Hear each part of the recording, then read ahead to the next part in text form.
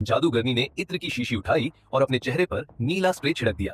पलक झपकते ही एक अजीब नीली रोशनी दिखाई दी और उसके चेहरे पर बेहद सेटिस्फैक्शन का भाव था। लेकिन जो बात उसे और ज्यादा डराती थी वो ये थी कि अगर जादूगरनी को उसकी सुनाई गई कहानी पसंद नहीं आई तो वो उसे मार डालेगी। कुछ दिन पहले छोटू अपने माँ बाप को बिना बताए घर से भाग गया था। एक नॉर्मल सी लिफ्ट उसे अचानक एक अजीब कमरे में ले आई। वो बाहर निकलना चाहता था लेकिन बाहर जाने का रास्ता ही नहीं मिला। मजबूर होकर उसने खिड़की से छलांग लगाई, लेकिन अगले ही पल वो उसी जगह वापस आ गया। जब छोटू समझ नहीं पा रहा था कि क्या हो रहा है तो उसके सामने एक खूबसूरत जादूगरनी आ गई। उसने छोटू से पूछा कि उसमें क्या खास बात है। जब छोटू ने कोई जवाब नहीं दिया तो जादूगरनी उसे मारने वाली थी। लेकिन ऐन वक्त पर छोटू के फर्श पर गिरे नोट्स जिनमें उसकी लिखी डरावनी कहानियां थीं, ने उसकी जान बचा ली। छोटू ने एक कहानी सुनानी शुरू कर दी। यह बात जादूगरनी को काफी दिलचस्प लगी। कमरे ने भी हल्का सा हिलना शुरू कर दिया। इसके बाद जादूगरनी ने कहा कि अगली रात उसे नई कहानी सुननी होगी। अगर कहानी डरावनी नहीं हुई तो मरने के लिए तैयार रहे। जादूगरनी के जाने के बाद छोटू ने राहत की सांस ली, लेकिन उसने पाया कि कमरे में एक और खतरनाक बिल्ली है। वो सिर्फ छुपती नहीं थी बल्कि छोटू पर हमला भी करती थी। डर के मारे वो भागकर लिविंग रूम में पहुंचा। वो आम को उसे एक और लड़की मिली। लड़की ने बताया कि जादूगरनी कहीं से भी लोगों को उठा लाती है। वो लड़की 3 साल से उस कमरे में फंसी हुई थी। उसने छोटू को बिल्ली से सावधान रहने की चेतावनी दी क्योंकि वो जादूगरनी को सब कुछ बता देती थी। फिर लड़की छोटू को एक विशाल लाइब्रेरी में ले गई। उस लाइब्रेरी में दुनिया भर की डरावनी कहानियां थीं। जब छोटू यह सब देखकर उत्साहित हो रहा था तभी उसे एक बुरी खबर मिली। जादूगरनी इन सारी कहानियों को पहले ही सुन चुकी थी। अब छोटू को अपनी कहानियां खुद लिखनी होंगी। यही वजह थी कि जादूगरनी ने उसे जिंदा छोड़ा। छोटू ने अपने नोट्स में पुरानी कहानियों को खंगाला और रात को जादूगरनी को सबसे अच्छी कहानी सुनाई। लेकिन उसे कोई तारीफ नहीं मिली, उल्टा उसे बहुत बुरी तरह पीटा गया। ये सब देखकर छोटू बहुत हताश हो गया। बड़ी मुश्किल से उसने कहानी पूरी की, लेकिन उसे अंदाजा नहीं था कि उसकी मुसीबत अभी बढ़ने वाली है। जैसे ही उसने आखिरी शब्द कहा, कमरा जोर से हिलने लगा। असल में जादूगरनी को परफेक्ट एंडिंग से नफरत थी। अगले ही पल उसने छोटू की गर्दन पकड़ ली। अपनी जान बचाने के लिए छोटू ने तेजी से कहानी का अंत बदलकर एक दुखद अंत में बदल दिया। यही वजह थी कि जादूगरनी ने उसे छोड़ दिया। फिर उसने चेतावनी दी कि हर रात उसे एक दुखद अंत वाली कहानी सुनानी होगी, तभी उसकी जान बचेगी। उस घटना के बाद छोटू ने हर दिन अपने दिमाग पर जोर डालकर नई कहानियां लिखना शुरू कर दिया। लेकिन जादूगरनी हर बार उसकी कहानियों में कमियां निकालती थी। वो कहती, तुम्हारी कहानी असली घटनाओं से मेल नहीं खाती। लेकिन छोटू कर ही क्या सकता था, वो तो एक प्राइमरी स्कूल का बच्चा था। प्रेरणा के लिए वो लाइब्रेरी की सबसे ऊपरी मंजिल पर गया। वो उसे एक पुरानी परियों की कहानी की किताब मिली। उसमें किसी ने एक नोट छोड़ा था। छोटू ने ध्यान से पढ़ा और पाया कि वो नोट एक लड़की ने लिखा था जो पहले यहाँ फंसी हुई थी। उस लड़की का नाम जानू था। जब से वो जादूगरनी के चंगुल में फंसी थी, किसी को पता नहीं कि उसका क्या हुआ। तभी छोटू की सोच काली नाम की लड़की ने तोड़ी। काली ने बताया कि उसे एक मुश्किल काम में मदद की जरूरत है। जब काली ने एक दरवाजा खोला तो छोटू ने देखा कि घर में एक अंधेरा बगीचा भी था। वहाँ अजीब अजीब पौधे उग रहे थे। बगीचे की रक्षा करना काली का काम था। एक पेड़ पर शैतानी अंडे उग रहे थे। अगर ये अंडे फूट गए तो बगीचे में तबाही मच जाएगी और तब जादूगरनी निश्चित रूप से छोटू को मार डालेगी। पास ही एक चालाक बिल्ली बैठी थी जो उनकी बातें सुन रही थी। काली गुस्से में जल्दी से काम पर लग गई। सीढ़ी चढ़कर उसने एक मकड़ी का अंडा सावधानी से उठाया। उसने छोटू से कहा कि इसे जमीन पर धीरे से रखे। फिर उसने अंडे को कुचल दिया। छोटू ने उसकी हर बात ध्यान से मानी और आखिरकार अंडा सफलतापूर्वक नष्ट कर दिया गया। दोनों आराम से बैठे थे कि अचानक काली फिसल गई। अंडे में से एक शैतानी मकड़ी बाहर आ गई। खुशकिस्मती से छोटू ने उसे जल्दी से उठा लिया, लेकिन अगले ही पल नर्क से एक खौफनाक शैतानी मकड़ी बाहर निकल आई। इस बार उसने अकेले हमला किया। वो मंटो एक चट्टान पर चढ़ गया और अपने सभी साथियों को काट डाला। नाजुक मौके पर दोनों ने ज्यादा परवाह नहीं की। काली ने फौरन छोटू को एक फावड़ा दिया और उसे साथ में मकड़ी को खत्म करने को कहा। जब छोटू उसे हर जगह ढूंढ रहा था, वो शैतानी मकड़ी काली के पास ही आ गई। छोटू कुछ समझ पाता इससे पहले ही वो मकड़ी काली के चेहरे पर कूद पड़ी और अपने नुकीले पंजों से परत को चीर दिया। उसने जल्दी से मकड़ी को फेंक दिया। तभी एक चालाक बिल्ली अंदर आई और मकड़ी पर कूद पड़ी, लेकिन वो मकड़ी के जाले में फंस गई। जब सब उम्मीद खत्म हो गई थी, छोटू ने फावड़े से उस शैतानी मकड़ी को मार दिया और बिल्ली को जाल से बचा लिया। लेकिन इससे पहले कि वो राहत की सांस ले पाता, दोनों को जादूगरनी के सामने खींच लिया गया। असल में जादूगरनी को छोटू की हरकत का पता चल गया था। सजा देने के लिए जादूगरनी ने उसे दर्द में तड़पाया। वो मरने ही वाला था कि छोटू ने अपनी गलती कबूल कर ली। अगले ही पल जादूगरनी ने उसे छोड़ दिया। जादूगरनी का स्वभाव बेहद सनकी था। दोनों बस गुस्से में रह गए। इसके बाद छोटू ने हर दिन कहानियां लिखनी शुरू कर दी। हालांकि इस संकट के बाद उसे एक अच्छा दोस्त मिला। यहाँ तक कि चालाक बिल्ली भी अब उस पर मेहरबान हो गई थी। लेकिन छोटू जानता था कि एक दिन उसकी कहानियां खत्म हो जाएंगी। एक दिन काली उसे गुड़ियों के एक समूह के पास ले गई। छोटू को पता चला कि काली एक बार अपने दोस्तों के साथ भागने की कोशिश कर रही थी, लेकिन जादूगरनी ने उसे पकड़ लिया। बाकी सभी को जादू से गुड़िया में बदल दिया गया। सिर्फ इसलिए कि काली खाना बना सकती थी, उसे जिंदा छोड़ दिया गया। जब छोटू ने उम्मीद छोड़ दी, तभी उसने गुड़िया के गहनों को गौर से देखा। उसे याद आया कि जानू की डायरी में उसने एक खूबसूरत यूनिकॉर्न हार का जिक्र किया था, लेकिन इन गुड़ियों में से किसी ने भी हार नहीं पहना था। इसका मतलब था कि जानू आखिरकार भागने में कामयाब रही। इस उम्मीद ने उनमें नया जोश भर दिया। दोनों ने फौरन जानू की बची हुई डायरी खोजनी शुरू कर दी। आखिरकार सबसे पुरानी किताब में उन्हें जानू की लिखावट मिली।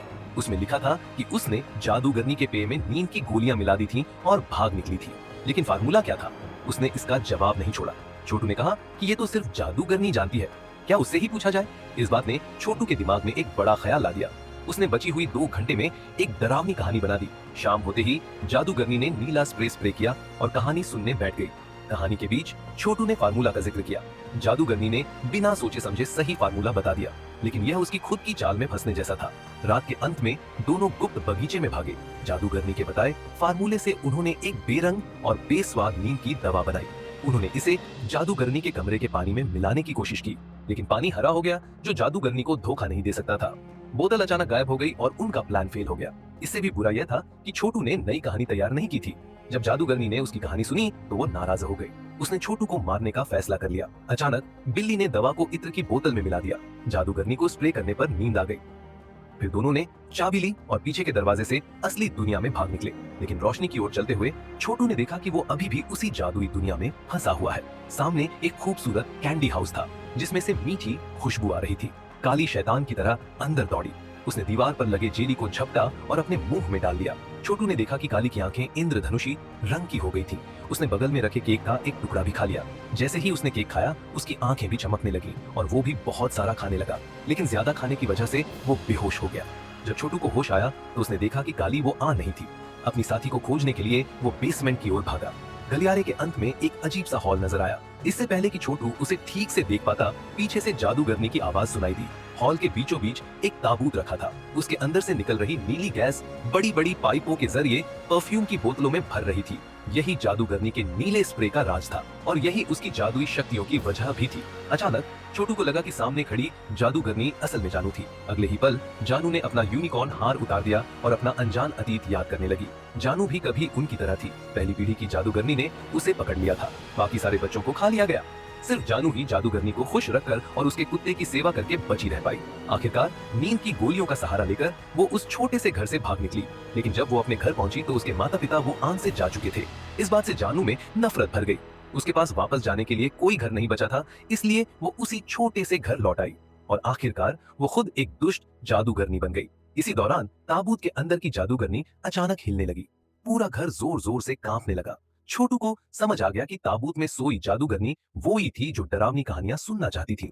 जैसे ही उसे कोई दुखद कहानी सुनाई जाती, वो फिर से सो जाती। लेकिन अब वो जागने वाली थी। जानू भी डर गई, क्योंकि अगर वो जाग गई तो सबका अंत हो जाता। जानू के दबाव में छोटू ने घर से भागने की एक कहानी सुनानी शुरू कर दी। जैसे ही उसने कहानी शुरू की, ताबूत में सोई जादूगरनी शांत हो गई। उसे गहरी नींद में सुलाने के लिए छोटू ने अपनी कहानी जारी रखी। उसने बताया कि कैसे उसे डरावनी कहानियां लिखने का शौक था और इस वजह से उसके सहपाठी उसे अजीब समझते थे। बस मुन्ना ही था जो उसे नापसंद नहीं करता था, इसलिए छोटू उसे अपना सबसे अच्छा दोस्त मानता था। लेकिन छोटू के जन्मदिन पर मुन्ना ने उसके न्योते को ठुकरा दिया। उसने कहा कि वो किसी अजीब शख्स का दोस्त नहीं बन सकता। यह सुनकर छोटू का दिल टूट गया।